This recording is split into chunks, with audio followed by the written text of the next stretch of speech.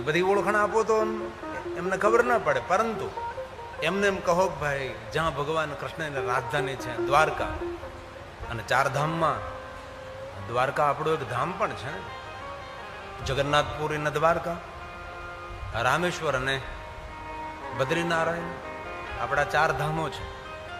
જેમ હિમાલયના ચાર ધામો ગંગોત્રી, યમનોત્રી, બદ્રી અને કેદાર, એવી રીતે ભારત દેશના ચાર ધામોની અંદર એક આપણું ધામ છે દ્વારકા. અને પ્રથમ જ્યોતિર્લિંગમાં આપણું પ્રથમ જ્યોતિર્લિંગ છે સોમનાથ મહાદેવ. સૌરાષ્ટ્રની ધરા છે, પરમ રમ્ય સૌરાષ્ટ્ર ધરા. સૌરાષ્ટ્ર ધરાનું શિવ મહાપડ ગ્રંથમાં બહુ જ વર્ણન પણ છે. આવતા વર્ષે સોમનાથ મહાદેવના સાનિધ્યમાં કથા પણ છે ફેબ્રુઆરીમાં, બહુ જ મોટા રૂપમાં અને ભવ્યતાથી, દિવ્યતાથી. કારણ કે ગુજરાતમાં કથા હોય તો બધી મોટી વ્યવસ્થા જ કરવી પડે છે, મંડપ મોટો બનાવવો પડે, ભોજન પ્રસાદીની વ્યવસ્થા પણ મોટા રૂપમાં કરવી પડે. પણ સોમનાથમાં જ્યારે કથા હોય ત્યારે સોમનાથ ટ્રસ્ટનો બહુ જ અમને સહકાર રહે છે. ચાવડા સાહેબથી લઈને જુતુપુરીથી લઈને દરેક નાનામાં નાના કર્મચારીઓ અને દરેક ટ્રસ્ટી મંડળ, લહેરી સાહેબથી લઈને દરેકનો ખૂબ સહકાર હોય છે. તેથી ભવ્યતાથી ભવ્ય રૂપમાં ત્યાં કથા થઈ શકે છે. વચ્ચે એક વર્ષ ખાલી ગયું, 701મી કથા સોમનાથ મહાદેવના સાનિધ્યમાં કરી હતી. ત્યાર પછી આ 782 કે 81, 82, આ 782મી કથા ચાલે. આ 82 કથા કર્યા બાદ આવતા વર્ષે ભાઈ સોમનાથ જવાનો અવસર પ્રાપ્ત થશે. દિવાળી પહેલા રામેશ્વર મહાદેવના સાનિધ્યમાં પણ કથા છે,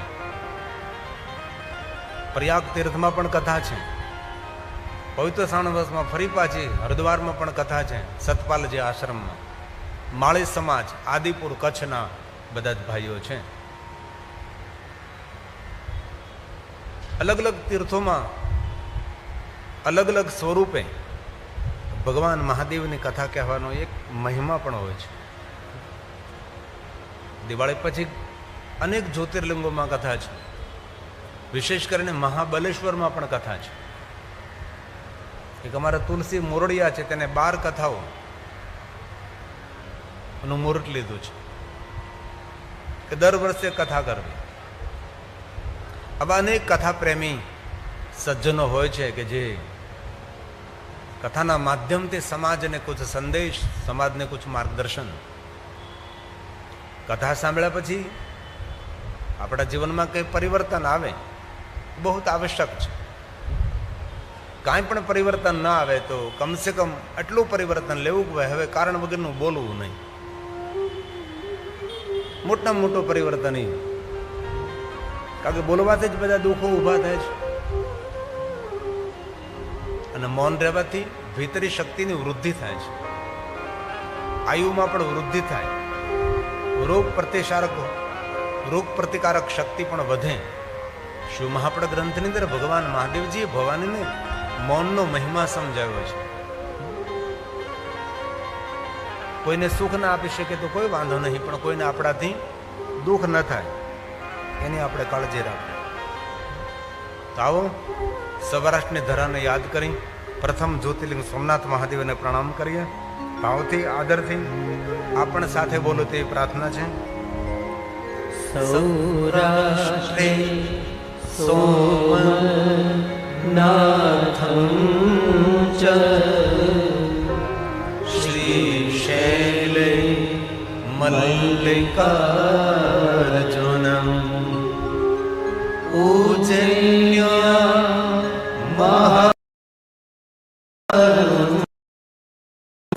ઓંકારમ મમલેશ્વરમ પરલ્યા વૈલ્યનાથમ ચ દાગીના ભીમ શંકરમ સેતુ બંધેતુ રામેશમ નાગેશમ દારુકા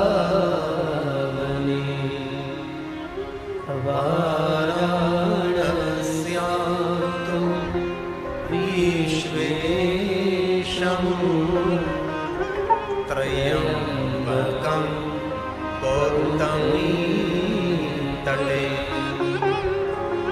हिमालये तु केदारम् कृष्णेशं च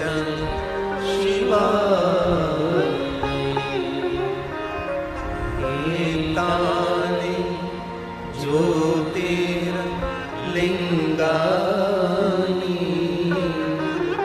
सायं प्रातः पठेत् नरः सप्त जन्म कृतं पापं स्मरणेन विनश्यति स्मरणेन विनश्यति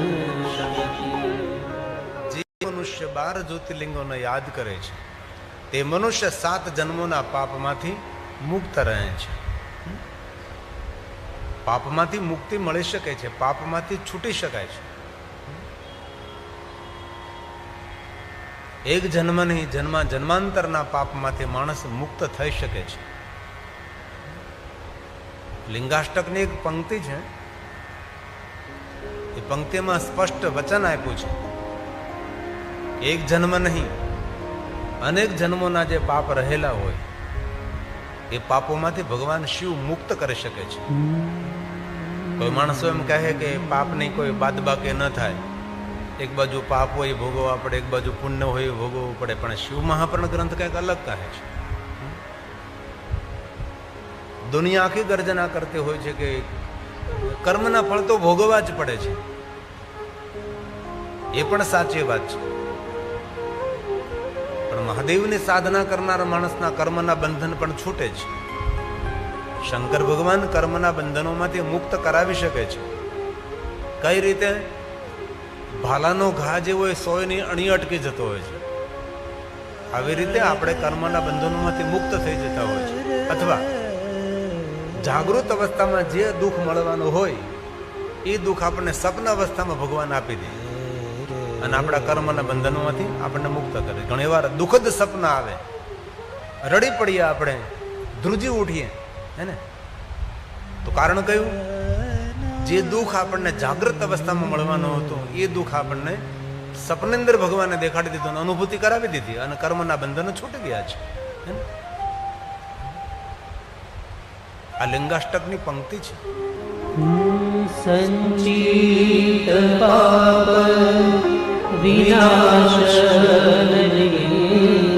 એક જન્મની જન્માંતરના પાપમાંથી શંકર ભગવાન મુક્ત કરી શકે છે. તેથી પાપથી ડરવાની જરૂર નથી, ભયભીત થવાની જરૂર નથી, પણ હવે પછી થોડું સાવધાન રહેવાની જરૂર છે. આગળ આપણે 12 જ્યોતિર્લિંગોના નામ બોલ્યા, તો 12 જ્યોતિર્લિંગમાં શું કહ્યું કે ભાઈ 7 જન્મોના પાપમાંથી માણસ મુક્ત બને આ 12 જ્યોતિર્લિંગને યાદ કરે તો. અથવા આપણે કથાની અંદર પણ સાંભળ્યું હતું કે પ્રાતકાલે શિવ દ્રષ્ટવા નિશી પાપ વિનશ્યતિ આ જન્મ કૃતમ મધ્યાને સાયાને સત જન્માની. સાયાને સંધ્યા સમયે શિવનું દર્શન કરીએ તો 7 જન્મોના પાપમાંથી આપણને ભગવાન મુક્ત કરી દે. આવું શિવ મહાપુરાણ ગ્રંથમાં કહ્યું છે. અને માતા ભાગીરથીને તો સ્નાન કરાવવાની ક્યાં વાત કરો, માતા ભાગીરથીનું દર્શન કરવા માત્રથી માણસ પાપમાંથી મુક્ત બને છે. માતા ગંગાનું દર્શન કરવા માત્રથી. અરે શિવ મહાપુરાણ ગ્રંથમાં તો કહ્યું કે ગંગાજીને યાદ કરવાથી માણસ પાપમાંથી મુક્ત બને છે. કેટલો મહિમા છે! પણ એ બધું જ મુક્ત થવા માટે આપણામાં શ્રદ્ધા અને વિશ્વાસ એ બહુ મહત્વની વસ્તુ છે. જો શ્રદ્ધાનો અભાવ હોય કે વિશ્વાસનો અભાવ હોય તો આપણને ફલ કેવી રીતે મળે છે? કારણ કે આપણી આધ્યાત્મિક પરંપરા એ શ્રદ્ધા અને વિશ્વાસ ઉપર ટકેલી છે.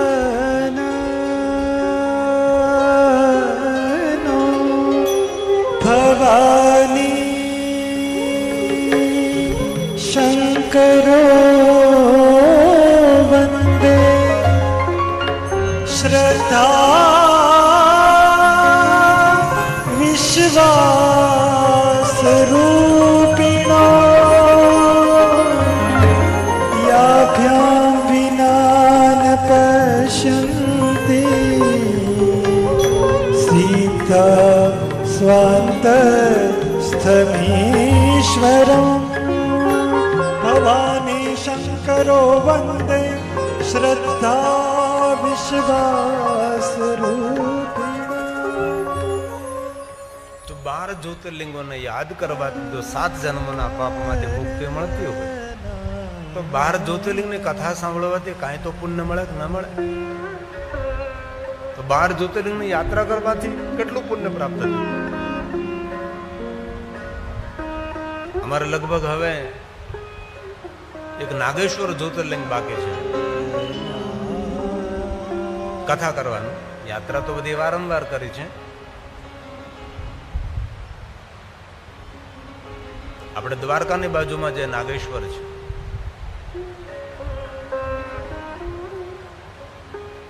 એ જ્યોતિર્લિંગ છે આદિ જગતગુરુ શંકરાચાર્ય મહારાજ કે વર્તમાન શંકરાચાર્ય મહારાજ દ્વારા એ નિશ્ચિંત કરવા આવ્યો છે કે આ આપણું નાગેશ્વર મહાદેવ જ્યોતિર્લિંગ. શિવ મહાપડ ગ્રંથની અંદર વર્ણન છે, તામિલી ગ્રંથ શિવ રહસ્યમાં પણ તેનું વર્ણન છે, સ્કંદ પુરાણમાં પણ વર્ણન છે. અલગ પ્રકારનું વર્ણન તેની અંદર જોવા મળે છે આપણને. મહારાષ્ટ્રમાં ઓઢા નાગનાથ પણ છે,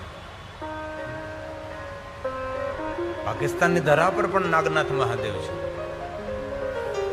અને અહીંયા આપણા માટે ગુજરાત દ્વારકાની બાજુમાં પણ નાગનાથ મહાદેવ છે. દ્વારકા ઉપરથી દારૂકા વન નથી. દારૂકા નામની રાક્ષસી હતી, દારૂક નામનો રાક્ષસ હતો, અને એના નામ ઉપરથી દારૂકા વન ને દારૂકા રાક્ષસ दारू का वन रहेલું છે. એની પૂરી કથા છે. તો આ ભાવ છે આદર કે સાથ 12 જ્યોતિર્લિંગની કથાનું આપણે શ્રવણ કરીએ. જ્યોતિષામ શિવલિંગાનામ મહાત્મનેમ કથા કથયા ઉત્પત્તિમ ચ તથા તેષામ ગૃહી સર્વ યથા શ્રુતમ. સર્વ મહાત્માઓએ સુત પુરાણને કહ્યું છે કે આપ અમને જ્યોતિર્લિંગો ઉપર કથા કહો. ગૃહી મતલબ બોલો, આપ એના પર કઈ બોલો. એક એક શ્લોક મહાદેવની વંદના છે. આ શિવ મહાપડ અંતર્ગત મહર્ષિ ભગવાન વેદવ્યાસજીના શબ્દો છે. જ્યોતિષામ ચૈવ લિંગાનામ મહાત્મયં કથયાતુના ઉત્પત્તિં ચ તથા તેષાં બ્રૂહી સર્વ યથા શ્રુતમ. બ્રૂહી સર્વ યથા શ્રુતમ. સુત પુરાણજી કહે છે, શૃણવંતુ, એ બ્રાહ્મણો કથાનું શ્રવણ કરો. મહાત્મયમ, મહર્ષિ સદગુરુ ભગવાન વેદવ્યાસજીએ મને કહ્યું છે, સંક્ષેપ તો યથા બુદ્ધિ, થોડા શબ્દોમાં મારી બુદ્ધિનુસાર કહેવાનો પ્રયાસ કરીશ. આવું સુત પુરાણજીએ પ્રયાગ તીર્થમાં કહ્યું છે, જ્યાં ભગવાન મહર્ષિ વેદવ્યાસના સદશિષ્ય સુત પુરાણજી કથાનું ગાયન કરે છે. ધર્મક્ષેત્રે મહાક્ષેત્રે ગંગા કાલિંદી સંગમે પ્રયાગે પરમ પૂર્ણે બ્રહ્મલોકસ્ય વર્તમને. બ્રહ્મલોકના માર્ગ સ્વરૂપ આ પ્રયાગ તીર્થ છે. પવિત્ર શ્રાવણ માસની હરિદ્વારની કથા પૂર્ણ થાય એટલે સીધી પ્રયાગ તીર્થમાં કથા છે. અમારે એક સંન્યાસી માતાજી જીતેન્દ્રગીરી માતાજી, ઝાલમગીરી બાપુ તેના સદગુરુ હતા, અને ઝાલમગીરી બાપુ જીવન પર્યંત એક ઝંખના કરતા રહ્યા કે મને ગિરિબાપુના સ્વમુખે શિવ મહાપણ કથાનું આયોજન કરવું છે, પણ કારણ સંજોગે મળી ન શકાણું, મુલાકાત નહીં થઈ. જાગીરવાળો સાધુ પણ મારા સુધી કોઈ સંદેશ નહીં પહોંચાડ્યો હોય કે પછી યોગ નિર્માણ નહીં થયા હોય, પણ કથા માટેની બધી જ વ્યવસ્થા આ ઝાલમગીરી બાપુજી કરતા ગયા. અને તેમની શિષ્યા જીતેન્દ્રગીરી માતાજી પહેલા વડનગરની અંદર શિવ મહાપણ કથાનું આયોજન કર્યું, અને ત્યાર પછી આ જીતેન્દ્રગીરી માતાજી જ્યાં દીક્ષા લીધી હતી પ્રયાગ તીર્થમાં, દીક્ષા સ્થળ પર હવે બીજી કથા જીતેન્દ્રગીરી માતાના જજમાન પદે પ્રયાગ તીર્થની અંદર કથા છે. શૃણવંતુ शृण्वन्तो विप्रवक्ष्यामि महात्म्यं जनिं तथा સંક્ષિપ્તો संक्षेप्तो यथा भूति सद्गुरु च मया श्रुतं सद्गुरु च मया श्रुतं. મારા સદગુરુના મુખેથી જે મેં સાંભળ્યું છે એવું તમને જરૂર સંભળાવીશ. એતેષામ સર્વ મહાત્મય એતેષામ ચૈવ મહાત્મય. જે જ્યોતિર્લિંગનું મહાત્મય છે, વક્તુમ વર્ષ શતૈરપી, સેંકડો વર્ષ સુધી જ્યોતિર્લિંગનો મહિમા ગાવામાં આવે તો પણ શક્ય તે ન મુનિ શ્રેષ્ઠ, એ શ્રેષ્ઠ મહાત્માઓ એ સંભવ નથી. કેટલો મહિમા હશે આ જ્યોતિર્લિંગોનો. શિવ મહાપડ ગ્રંથની અંદર તો જ્યોતિર્લિંગોનો મહિમા છે જ, પણ તેના કરતાં સ્કંદ પુરાણમાં પણ અધિક છે. તામિલી ગ્રંથોમાં તો એટલો એટલો વિસ્તાર છે. ક્યાં રાજાએ ક્યાં જ્યોતિર્લિંગની ઉપાસના કરી, એ રાજાને કેવું ફળ મળ્યું, એ રાજા ક્યાં જન્મ્યો, રાજાના જીવનમાં કેવા કેવા યોગ પ્રાપ્ત થયા, એ બધી કથાઓ છે. આજે તો શિવ મહાપડ કથાની મેં શરૂઆત જ નથી કરી એમ કહી શકાય. હજી તો કેટલું શિવ મહાપડ ગ્રંથનું રહસ્ય બાકી છે. અદ્ભુત ગ્રંથ શિવ મહાપુરાણ તો છે જ, અન્ય ગ્રંથોમાં પણ ભગવાન મહાદેવની અનંત મહિમા છે. તો એ સુનીએ એ તે શા एतेषां चैव महात्म्यं वक्तुं वर्षशतैरपि शक्यते न मुनिश्रेष्ठः. એ શ્રેષ્ઠ મહાત્માઓ વિસ્તાર કરવો શક્ય નથી તો પણ तथापि कथयामि तथापि कथयामि. તો પણ હું તમને કથા કહેવાનો પ્રયાસ કરું છું. તો પ્રથમ જ્યોતિર્લિંગ આપણું સોમનાથ મહાદેવ છે, અને ભગવાન વ્યાસજી કહે છે કે પ્રથમ જ્યોતિર્લિંગ આપને સામે હું કહેવાનો પ્રયાસ કરું છું. પરિકીર્તિતઃ સોમનાથમ ચ તેષામ વે. કોની કથા કહું છું? પ્રથમ જ્યોતિર્લિંગને. તન મહાત્મ શુડો મુને. પ્રથમ સાવધાન, સાવધાન બને સાંભળો. સાવધાન એટલે ટટાર બેસીને નહીં, તમને ઠીક લાગે એ રીતે બેસો, પણ મન